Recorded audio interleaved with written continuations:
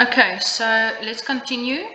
The next section is with regards to the duty not to make misrepresentations or false statements or the use of harmful marketing techniques.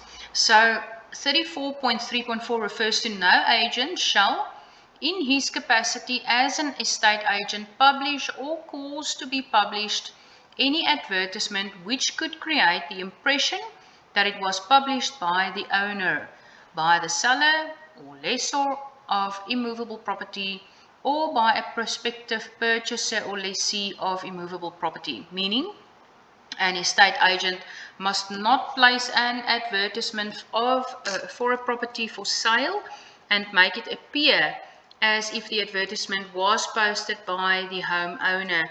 For instance, an agent cannot write an ad that starts with "owner selling fast" unless the actual homeowner wrote the advertisement themselves and gave permission for you to publish it like you are doing.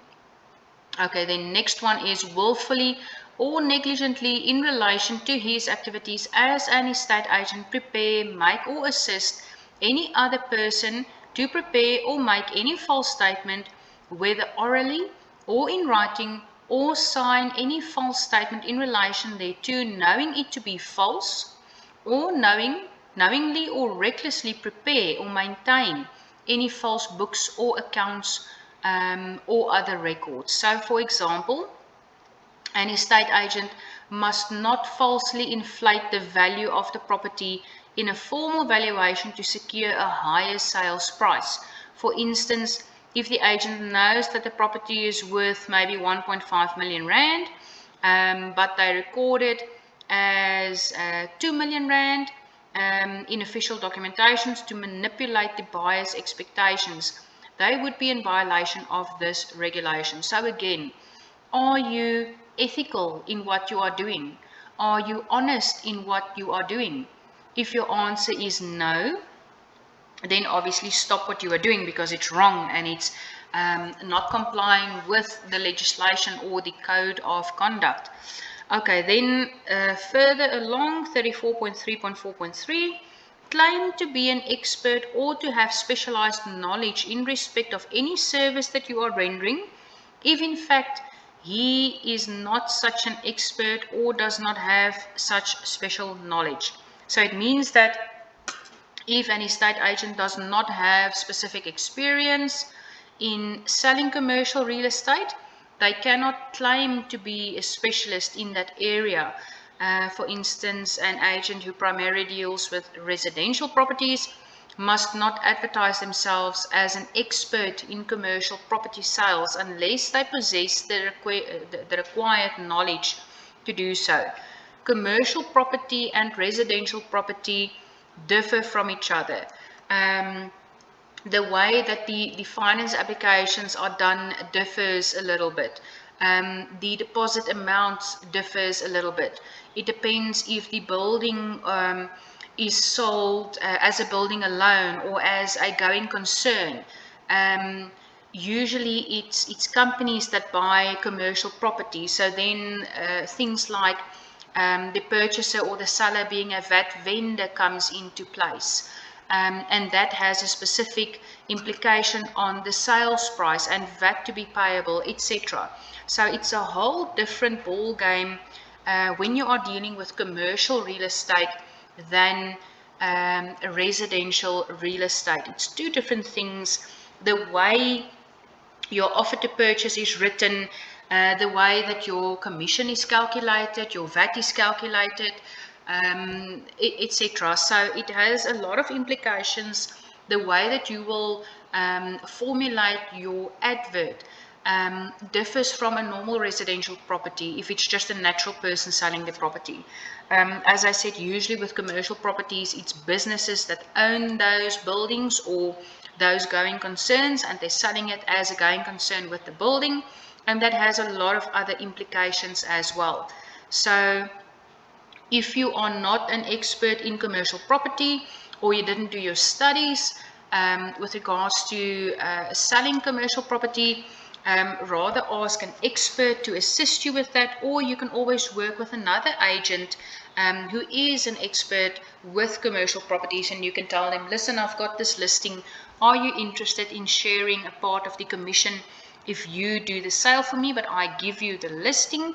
And then I want to come with you when clients come and view the property so that I can learn from you as well. But obviously, you as the selling agent will then earn a commission on it as well. Okay, so again, ask yourself, am I honest in saying I am a commercial expert? If I'm not, if the answer is no, I'm not an expert and I'm not honest, then please stop and refrain from what you are doing. Next one, advertise or otherwise market immovable property in which he has been given a mandate to sell or to let at a price or rental other than that agreed upon with the seller or lesser of the property. So there, if we go and look at the example, if a seller has agreed to list their home for, let's say, 3 million rand, the estate agent must not advertise it for 3.2 million rand without the seller's permission. For instance, if an agent believes a higher price will generate more interest, they must first consult with the property owner before changing the listing price, and also vice versa. If an owner or seller has agreed that they want maybe 3 million rand or the property to be advertised at 3 million because they want 2.8 million or 2.9 million in their pocket, you cannot go and advertise this property for 2.5 million and then accept offers and then go back to the sellers to say, listen, no, the only offers we received was 2.5 million, because you advertised it at a much lower price than you actually agreed to with the sellers. You cannot do it. Was that honest? Was it ethical? No. So it means that you cannot go and do that. You first need the permission of the seller to go and do that. So again, always act ethically, always act honestly. And is it in the best interest of the seller if, say, the average market price, selling price in that area is 2.8 million? And now you went and you advertised it for 2.5 million so that you can make a quick buck on your commission. Was that honest and ethical?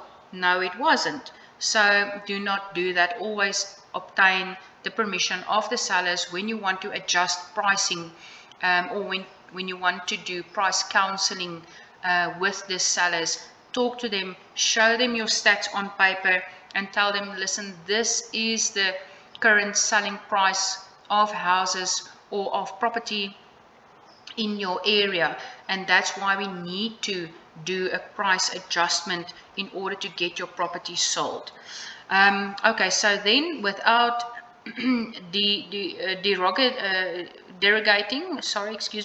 without derogating from the generality of a foregoing.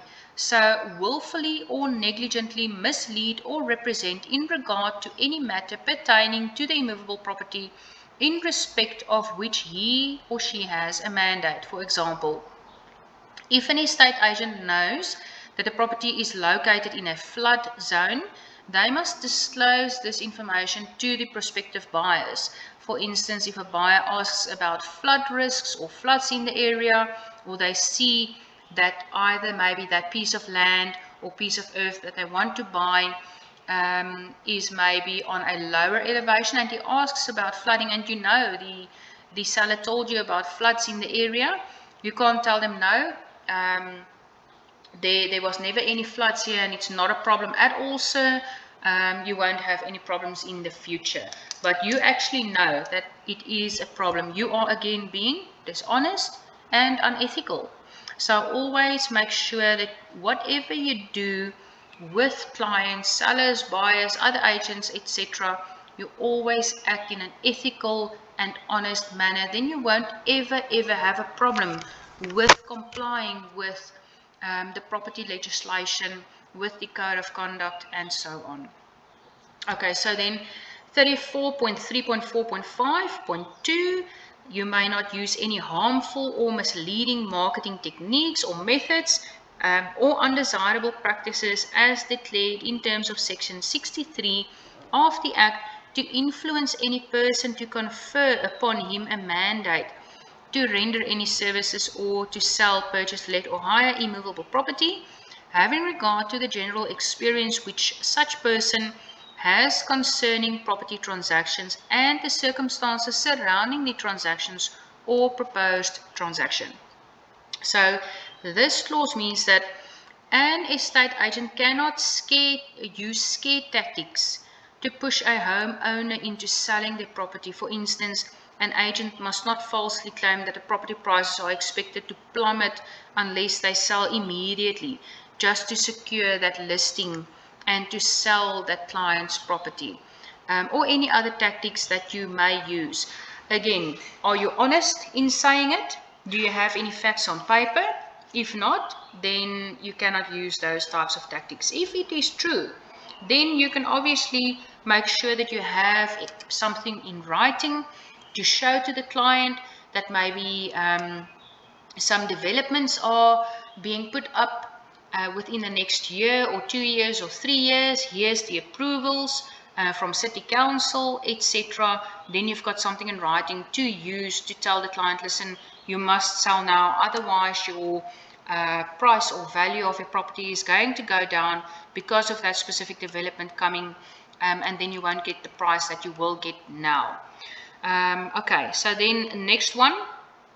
Use any firm or trading name in respect of his business if such name may give rise to confusion on the part of the public in respect of the nature of the business carried on by him. Example, an estate agent must not use a business name like John's Legal Services if they are not providing legal services. For instance, making or using a misleading business name that suggests they offer services outside of real estate scope that could cause confusion amongst clients. Or if you use a business name similar to maybe one of the bigger real estate agencies' names. So to almost confuse the client that you are affiliated with those agencies, and at the end of the day you are not. And you are then doing this only to obtain that listing. Again, you are being dishonest, you are being unethical, you cannot do it. Then inform a seller or purchaser or prospective seller or purchaser of immovable property in respect of which he has been given a mandate to sell or to purchase, that he has obtained an offer in respect of the property from a purchaser or seller as the case may be, unless the offer is in writing and has been signed by the offerer in manuscript. So that means that the offer was subsequently electronically transmitted to the estate agent and is to the knowledge of the estate agent concerned a bona fide offer. Meaning it's a valid offer, it has been signed with wet ink on paper, and it's in writing, as we said, signed and sealed, and it is a favorable offer. It's a bona fide offer, meaning if you maybe advertise this property at 2.1 million and you receive an offer of 2 million rand, that's a good offer. It's a positive offer and it's in writing. You can go back to your client, you can say, listen, here is an offer on the table. It is in writing. Do you accept it? You've got a certain amount of time to accept it in terms of your offer to purchase. We will talk about offers to purchase a little bit later on in another session. But yeah, just know that your offer to purchase must always be in writing when you take that to the client. You cannot send a WhatsApp to say, listen, I received an offer from one of the prospective buyers and this is the amount that they are looking at. Your offer to purchase must be in writing and you need to take that OTP to your seller in writing.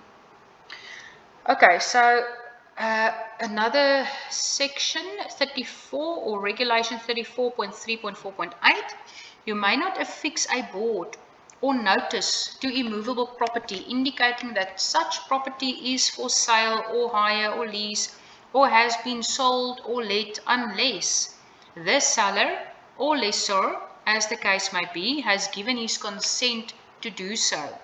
and the estate agent concerned in fact has a mandate to sell or let the property, or in fact has then sold that property, as the case may be. Again, this is actually self-explanatory. If an estate agent wishes to place a for sale sign outside of a property, they must first obtain permission to do so from the owner. And if the agent does not have a mandate to sell the property, they cannot display a sign advertising it as for sale, just for your advertising purposes or marketing purposes in your area. So you always need to obtain permission from the seller, the homeowner. A lot of the times, some of the sellers do not want a for sale board to be displayed in front of the premises or on their walls or on their fences, because they do not want to be bothered by other estate agents in the area, especially in cases where they have given you a sole or an exclusive mandate. They only want to deal with you. They don't want to receive a lot of other phone calls from agents passing by and then seeing, oh, okay, this house, this number, whatever is for sale, and then they start contacting the homeowners and so on. Sometimes even properties that are vacant, they do not want a for sale board to be displayed on that house, because then passers by will see that the house is for sale, and they will see that the house is empty, so they know that no one is living on that premises, and then they take a chance, and then criminal activities take place on that premises. So even the for sale boards, the sold boards, when the property has been sold, OTP has been signed, everything went through, the offer was accepted at the banks and so on, then you can ask the sellers, when you do sign the OTP, is it fine if I then go and put my sold board up maybe for 3 months or 2 months with their permission, just also to give you a little bit of exposure in the area, because passers-by will then see, hey, this agent at this agency actually sold this house. I also want to sell my house. Maybe I will contact them because it seems like they can get the job done. They can sell houses. So then it's a great marketing tactic or tool for you as well, when your for sale boards and your sold boards goes up on properties in your area. Okay, so then again, you may not affix or erect any advertising board or notices to solicit businesses on local authority property without express written approval by the local authorities, or which is in contravention of the regulations of the advertising bylaws of the applicable local authority. Meaning, if an estate agent wants to place an advertising sign on a public street, they must first obtain permission from the council to do so. For instance, placing a sign on municipal property without approval would be a violation of this regulation. So obviously, if you do want to put up your advertising boards, maybe at, say, your local schools, your public schools, etc., make sure that you go to the schools, ask permission, and they usually ask a fee per year. I know that some of the authorities leave those boards alone when you put it up at the on the fences at schools. It actually is not 100% legal in terms of bylaws. The schools do say that schools and churches even, if the local council comes and remove the boards, then unfortunately you would have lost that money that you paid to us for the year. So other public places or streets, houses, if you want to put boards up in public streets against houses or fences or whatever, you need to go and ask permission from those local authorities so that you can comply with bylaws. The same with your small little estate agency boards. Make sure that you only put up your on-show boards over weekends from Friday mornings up to Monday mornings, very early on Monday mornings. Take those boards out again in order to obviously again create some marketing for yourself and visibility for yourself in the area, but comply with those bylaws. There's a lot of other agencies in the areas, doesn't matter where you are, they put up their boards from Monday to Friday, or actually permanently they affix it to lamp poles stop signs, etc. And they actually litter the whole city with all of their boards. So it's illegal to put those boards up between any other dates than the specified from Friday morning to Monday morning. That's the only time that you can put up your on-show boards showing that you've got property for sale in the area and that it is on show over the weekends, etc. So make sure that you comply with those legislations, those bylaws, in order to prevent fines for yourself and fines for the agency as well. I know that there's a lot of other estate agents or agencies that just doesn't care about that, and they put their boards up permanently all over the show, but it's actually illegal to do so. Okay, so make sure that you comply. So then if we go further down, we go to the next section that says duties in respect to offers and contracts. So this is also very important. This is what you need to do when you are writing offers on your OTP. So in this section, they stipulate under Regulation 34.4 that no estate agent who has a mandate to sell or purchase immovable property shall willfully fail to present or cause to present to the seller or purchaser concerned any offer to purchase or sell such property received prior to the conclusion of a legal valid contract of sale in respect of such property unless the seller or purchaser, as the case may be, has instructed him expressly not to present such offer. Meaning, if an estate agent receives an offer to purchase on a property, they must present that offer to the seller, unless the seller has explicitly instructed them not to do so. Meaning, if they say, listen, I want this property advertised for whatever price, doesn't matter, but I want 2 million rand in my pocket. And I will not accept any offer that comes to me below that amount. I will not budge from that price. That's what I want. That's what I want in my pocket. I know that the average sales price in the area is maybe 2.2. So you've got a little room for negotiation. When you want to come down on your commissions, you can still take a good commission in your pocket. So the price is right, the market price is right. We are in that specific sweet spot price range where this house will sell quickly, but I want 2 million rand in my pocket. If you come to me with any offer lower than that, then don't even come to me. Don't phone me. I will not accept that offer to purchase at all. So this is what this regulation says. If an estate agent receives an offer to purchase of a property, they must present that offer to the seller unless the seller has explicitly instructed them not to do so. Even if the agent feels that the offer is too low, they cannot withhold it from the seller unless given direct written instructions to do so. Meaning the seller must maybe send you an email to say, listen, this is what I want. I will not accept any other offers if this is not what I'm going to take in my pocket. And you ask him, okay, that's fine, 100% Mr. Seller. Will you just please put that in writing for me and send it to me via email? Then you've got it in writing. Okay, otherwise, the Act says that any offer to purchase, any OTP that you receive from a buyer or prospective buyer, you must present to your seller.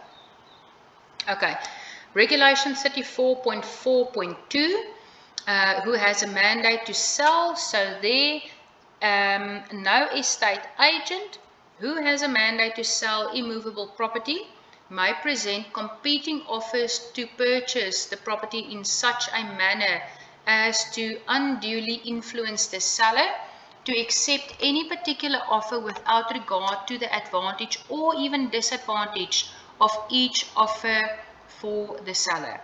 For example, an estate agent must fairly present multiple offers to the seller without trying to sway the seller toward accepting one over the other for personal gain. So for example, if one offer provides a higher commission for the agent but is less beneficial to the seller, the agent must still present both offers, obviously objectively, and allow the seller to decide at the end of the day. So I would suppose, obviously, if the offer on one offer is higher, then obviously your commission will be higher. If the other offer is lower, usually then your commission will be lower. But say the lowest offer is maybe a cash offer, or the highest offer is a cash offer, and the lower offer is maybe a bank application. You cannot use the one and play it off against the other one to persuade the seller to accept one over the other. They must make an informed decision. You can tell them what the benefits of the one is by maybe accepting offer number A instead of offer B, and so on. But you cannot do this in order to promote, or do this in order for your own promotional gain or commission gain. Again, the interest must fall on the client. So it means that the benefit must fall on the client. So you must again act within the interest, the best interest of your client. So that will be the deciding factor of the offer.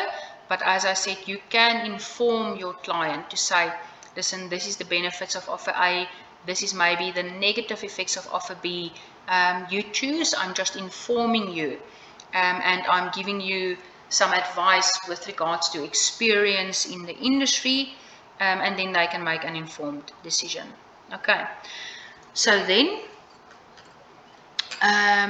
once a contract has been signed, the estate agent cannot change the terms. So regulation 34.4.3, no agent shall amend any provision of a signed offer prior to either rejection thereof or a written mandate or any contract of sale of lease without knowledge and express consent of the offerer or the parties to the contract, as the case may be. For example, once a contract has been signed, the estate agent cannot change any terms or conditions unless all parties involved are fully informed and have provided their consent. For example, if an estate agent is asked to change the sales price on the signed offer, they must get written consent from both the seller and the buyer before making any adjustments. You cannot afterwards, after the offer to purchase has been signed between the seller and buyer, go and change any of those terms or conditions or price, or add special conditions, or go and delete some of the clauses, etc. You cannot do it. It's unethical. It's dishonest. That contract has been signed the way it has been signed and agreed to the way that it has been signed between the seller and the buyer. If anything needs to change, the seller must then obviously put that in writing for you and say, please change clause what on the contract, and the buyer must then agree to it. And they must sign that specific clause on the OTP as well. Okay, so the next session we will talk about an estate agent shall do the following, and continue with regulation 34.5.